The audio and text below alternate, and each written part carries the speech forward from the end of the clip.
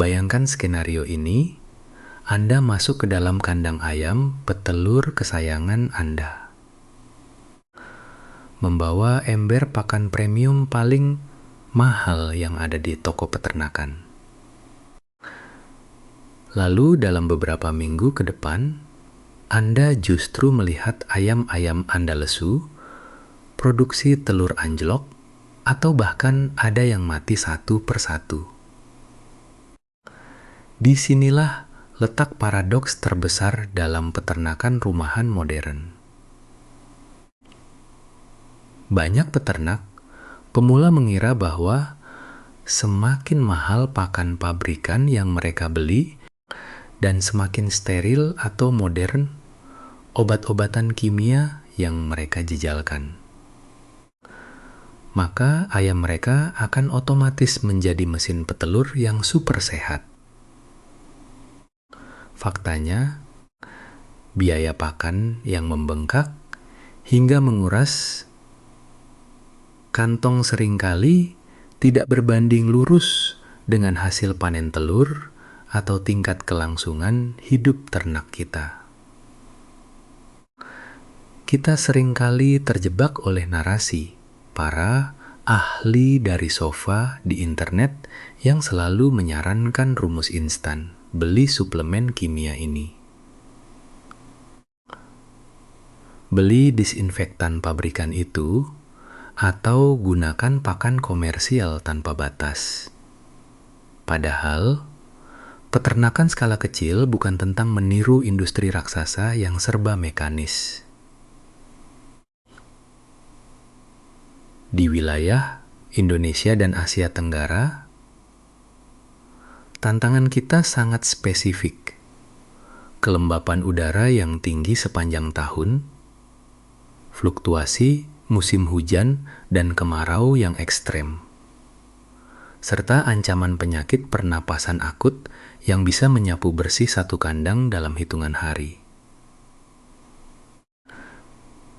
Secara historis, nenek moyang kita di pedesaan tidak mengenal antibiotik sintetik atau cairan disinfektan kimia berskala laboratorium. Namun, ayam kampung asli kita, ayam kedu, atau ayam nunukan zaman dulu tetap bisa bertahan hidup dengan tangguh. Kenapa? Karena mereka memanfaatkan apa yang disediakan oleh alam sekitar, bukan bergantung penuh pada botol-botol kimia bersubsidi. Mari kita bongkar mitos versus praktik yang terjadi di lapangan. Mitos terbesar yang beredar adalah bahwa ayam petelur akan selalu sehat jika kandangnya terus-menerus disemprot cairan kimia keras. Praktik keliru ini justru sering kali merusak sistem pernapasan ayam yang sangat sensitif. Ayam petelur modern seperti ras Lohmann Brown atau Isa Brown yang banyak dipelihara di halaman belakang kita membutuhkan dasar-dasar perawatan yang logis, bukan trik sulap. Dasar pertama yang paling sering disepelekan adalah manajemen air bersih. Air adalah komponen pembentuk telur yang paling utama. Jika tempat minum ayam Anda berlumut atau diletakkan di area yang terkena panas matahari langsung hingga airnya hangat, sistem pencernaan ayam akan terganggu. Dasar kedua adalah rasio pakan yang seimbang. Ayam membutuhkan protein, karbohidrat, dan kalsium dengan proporsi yang pas sesuai umur mereka, bukan sekadar asal kenyang dengan dedak atau bekatul murni. Ketika musim hujan tiba di Indonesia, kelembapan kandang akan meningkat drastis.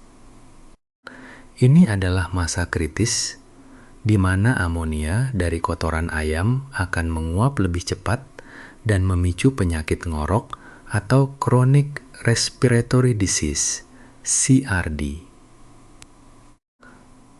Disinilah konsep kesejahteraan hewan atau animal welfare berbicara. Kandang yang memiliki sirkulasi udara yang baik, sinar matahari pagi yang cukup, dan kepadatan populasi yang ideal adalah fondasi utama. Tanpa fondasi dasar ini, ramuan paling ajaib, sekalipun di dunia, tidak akan bisa menolong ternak Anda. Kesimpulan praktis pertama yang harus Anda lakukan hari ini juga sebelum melangkah lebih jauh. Hentikan ketergantungan mutlak pada obat-obatan kimia pencegah yang mahal. Dan mulailah memperbaiki sirkulasi udara serta kebersihan alas kandang atau litter Anda. Pastikan alas kandang tetap kering, karena sekam atau serutan kayu yang basah adalah sarang utama jamur dan bakteri penyerang imun ayam. Alam sebenarnya sudah menyediakan jawaban gratis di sekitar pekarangan kita untuk memperkuat sistem imun ini, dan kita akan mulai memanfaatkannya dengan cara yang benar, berbasis logika agronomi dan peternakan yang nyata, bukan sekadar mitos tanpa dasar. Mari kita uraikan lebih dalam tentang kesalahpahaman konkret yang seringkali dibawa oleh para peternak pemula akibat paparan informasi yang keliru. Kesalahan terbesar adalah memberlakukan ayam ras petelur modern seperti Lohmann Brown, Isa Brown, atau bahkan ras lokal unggul seperti ayam KUB, Kampung Unggul Balitnak, dengan logika lepas liar tanpa kontrol seperti ayam hutan zaman dulu. Banyak yang mengira bahwa membiarkan ayam petelur berkeliaran di lahan terbuka tanpa batas akan otomatis membuat mereka sehat dan telurnya organik. Padahal, ayam ras petelur yang sudah dimuliakan secara genetik memiliki kebutuhan nutrisi harian yang sangat spesifik dan ketat. Jika mereka terlalu banyak menghabiskan energi untuk berjalan-jalan di lahan yang terlalu luas atau gersang, energi dari pakan yang seharusnya digunakan untuk memproduksi telur justru habis terbakar menjadi kalori aktivitas fisik. Akibatnya, produksi telur drop, dan Anda mulai menyalahkan bibit ayamnya. Padahal, manajemen pemakaian lahan Anda yang keliru. Strategi pemakaian lahan yang wajar untuk skala rumahan atau homesteading di iklim tropis adalah metode rotational grazing atau sistem umbaran bergilir.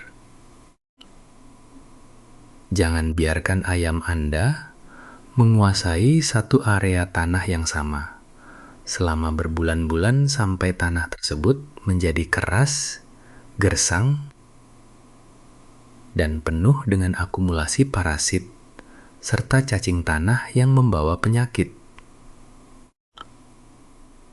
Bagilah area umbaran Anda menjadi 2 atau 3 zonasi kecil menggunakan pagar pembatas jaring yang murah. Biarkan ayam berada di zona A selama 2 minggu untuk memakan gulma, membalik tanah, dan memberikan pupuk alami dari kotorannya. Sementara itu, zona B dan C diistirahatkan agar V vegetasi hijau bisa tumbuh kembali dan siklus hidup parasit di tanah terputus secara alami. Bicara tentang vegetasi, ini membawa kita pada kebutuhan tanaman pelengkap di sekitaran kandang.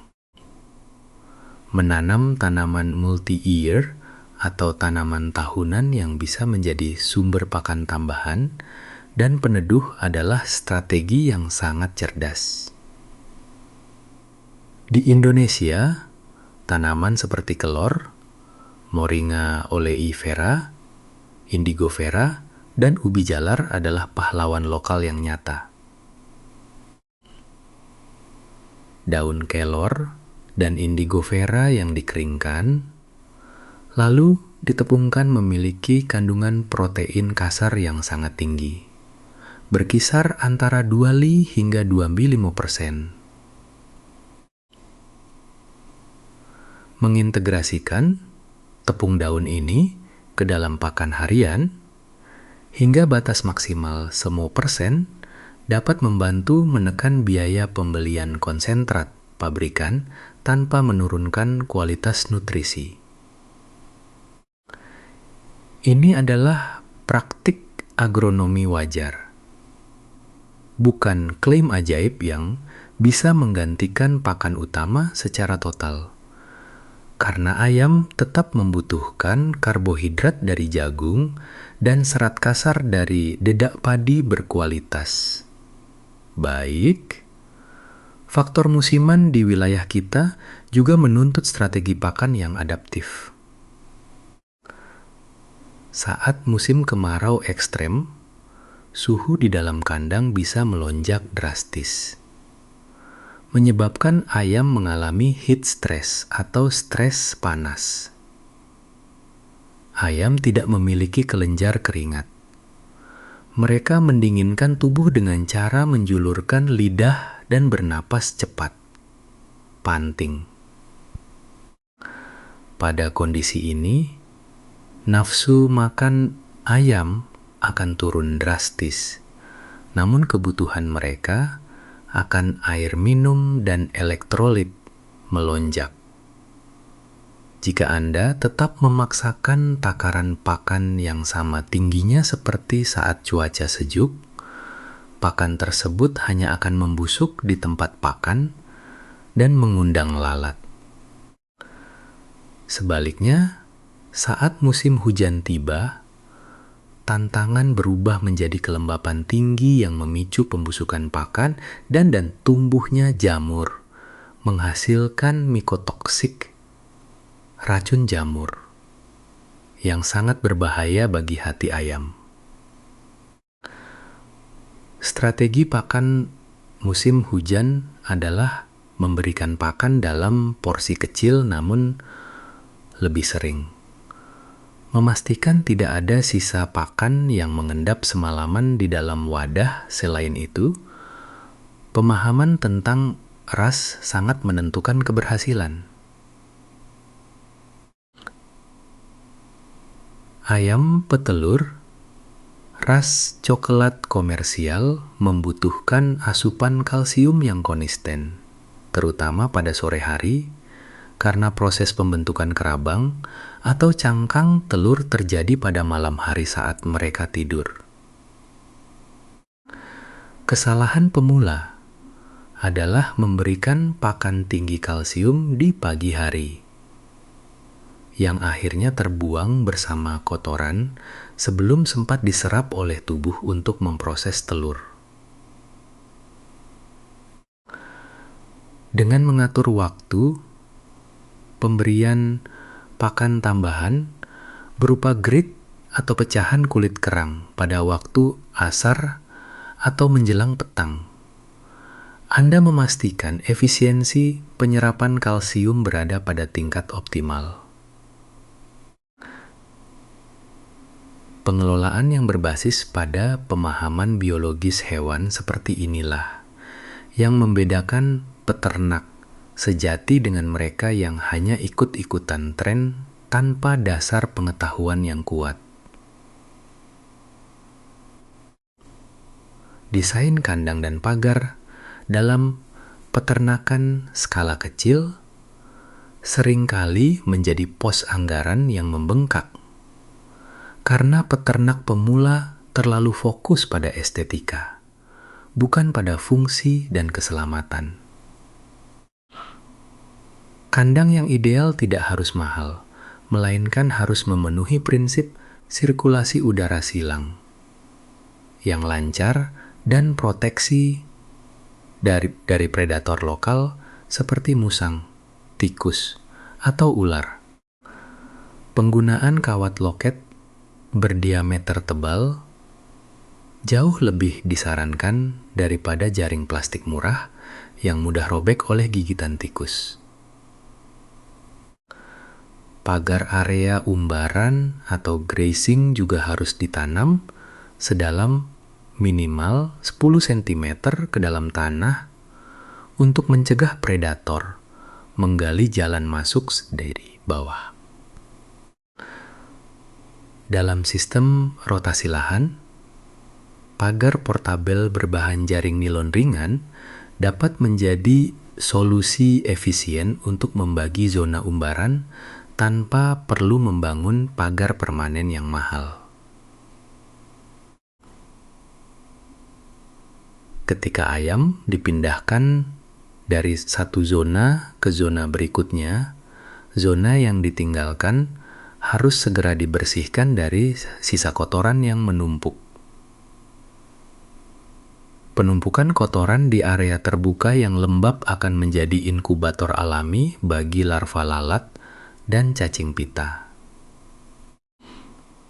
Oleh karena itu, keselamatan dan kebersihan kandang bukan sekadar urusan menyapu lantai, melainkan mencakup manajemen sanitasi tanah tempat ayam mengais makanan setiap hari. Jika kita melihat pos biaya tipikal dalam operasional peternakan rumahan, pakan akan selalu mengambil porsi terbesar, yaitu sekitar 70 hingga 80% dari total biaya jalan. Sisanya dialokasikan untuk pengadaan DOC atau pulet, penyusutan nilai bangunan kandang, dan biaya pemeliharaan kesehatan preventif yang sangat murah jika dilakukan dengan benar. Namun, banyak peternak terjebak dalam ilusi finansial dengan membeli berbagai macam botol suplemen bermerek yang diklaim sebagai pakan ajaib atau Formula 1 tetes. Selesai semua yang bisa menyembuhkan segala penyakit, sekaligus melipat gandakan produksi telur. Di dunia nyata peternakan tidak pernah ada satu zat tunggal atau satu tetes cairan ajaib yang bisa menggantikan manajemen kebersihan yang buruk, pakan yang kekurangan protein, atau air minum yang tercemar. Narasi tentang ramuan rahasia yang sengaja disembunyikan oleh industri atau dokter hewan hanyalah strategi pemasaran untuk menguras isi dompet Anda. Ketika ayam Anda terserang wabah akibat virus seperti Newcastle disease atau avian influenza, satu-satunya tindakan realistis adalah vaksinasi preventif yang tepat waktu dan isolasi ketat. Bukan meneteskan minyak atau jamu herbal ke dalam wadah air yang sudah kotor. Tanaman herbal dan rempah-rempah yang kita bahas memang memiliki khasiat nyata sebagai imunostimulan alami. Artinya mereka membantu memperkuat benteng pertahanan tubuh ayam yang sehat agar tidak mudah tumbang saat cuaca ekstrem. Bukan bertindak sebagai obat sapu, jagat yang bisa menghidupkan kembali, jaringan organ yang sudah rusak akibat infeksi bakteri akut. Memahami batas realistis antara pencegahan alami dan penanganan medis adalah kunci utama agar pos biaya kesehatan ternak Anda tidak membengkak sia-sia. Kebersihan yang konsisten, mulai dari mencuci tempat minum setiap pagi, mengikis kotoran di bawah tangkringan secara berkala, hingga memastikan pakan tersimpan dalam wadah kedap udara yang bebas dari kontaminasi kencing tikus,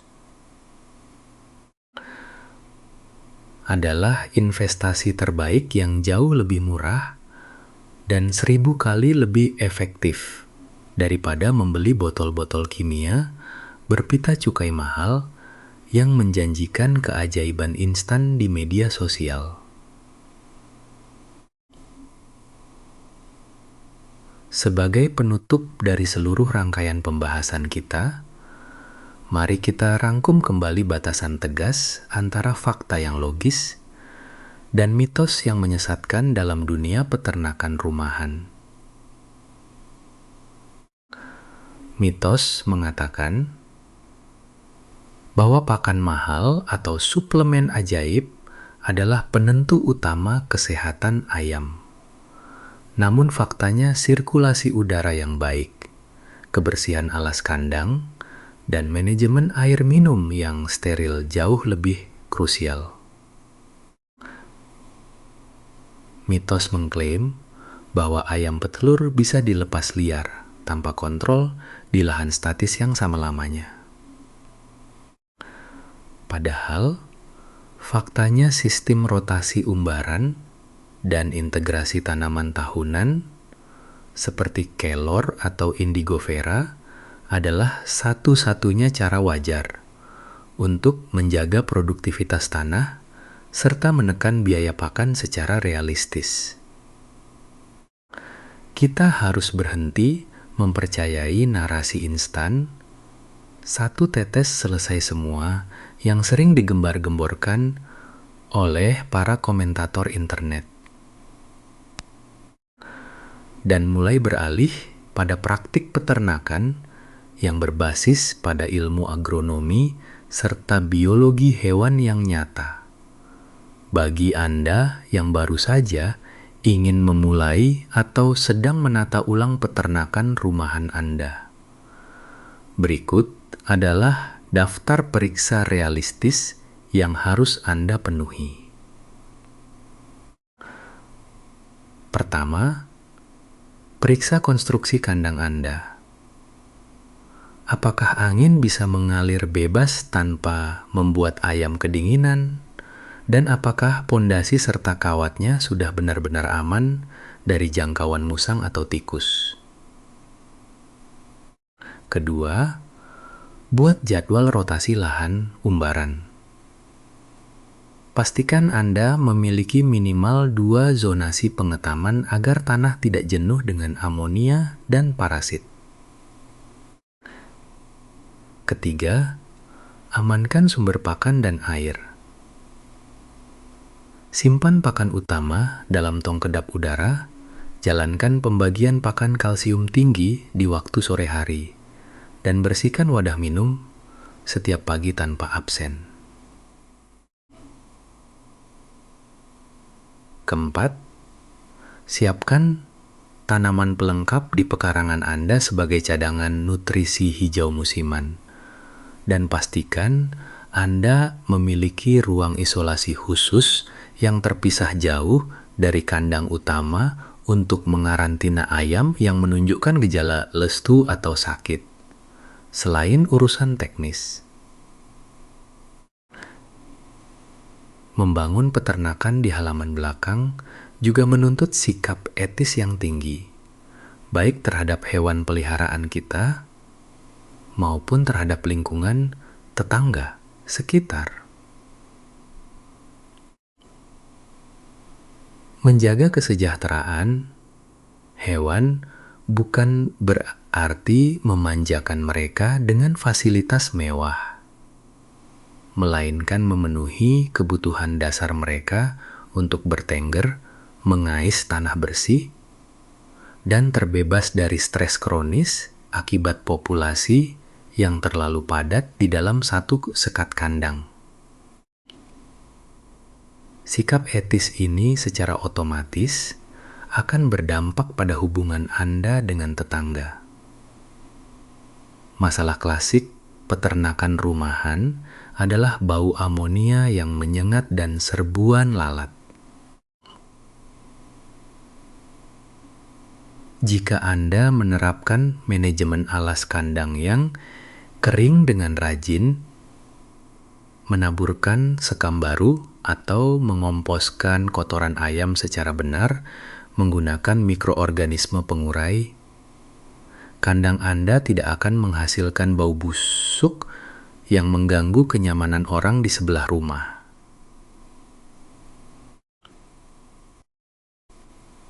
Menjaga kebersihan bukan hanya tentang kesehatan ayam Anda, melainkan tentang menghormati hak-hak sosial komunitas di sekitar tempat tinggal Anda. Mengelola peternakan skala kecil yang produktif dan harmonis adalah sebuah perjalanan belajar yang terus-menerus. Jangan biarkan kegagalan awal atau klaim-klaim palsu di luar sana mematahkan semangat Anda untuk memproduksi sumber pangan sehat secara mandiri dari pekarangan rumah. Jika Anda merasa video ini memberikan sudut pandang yang jujur, rasional, dan bermanfaat bagi perkembangan peternakan rumahan Anda, silakan tekan tombol jempol ke atas. Berikan komentar mengenai pengalaman Anda. Dan jangan lupa untuk berlangganan saluran ini agar Anda tidak tertinggal pembahasan edukatif dan pembongkaran mitos pertanian serta peternakan wajar lainnya pada episode mendatang. Sampai jumpa di video berikutnya. Tetaplah beternak dengan logika dan rawatlah bumi serta ternak Anda dengan cara yang bijak.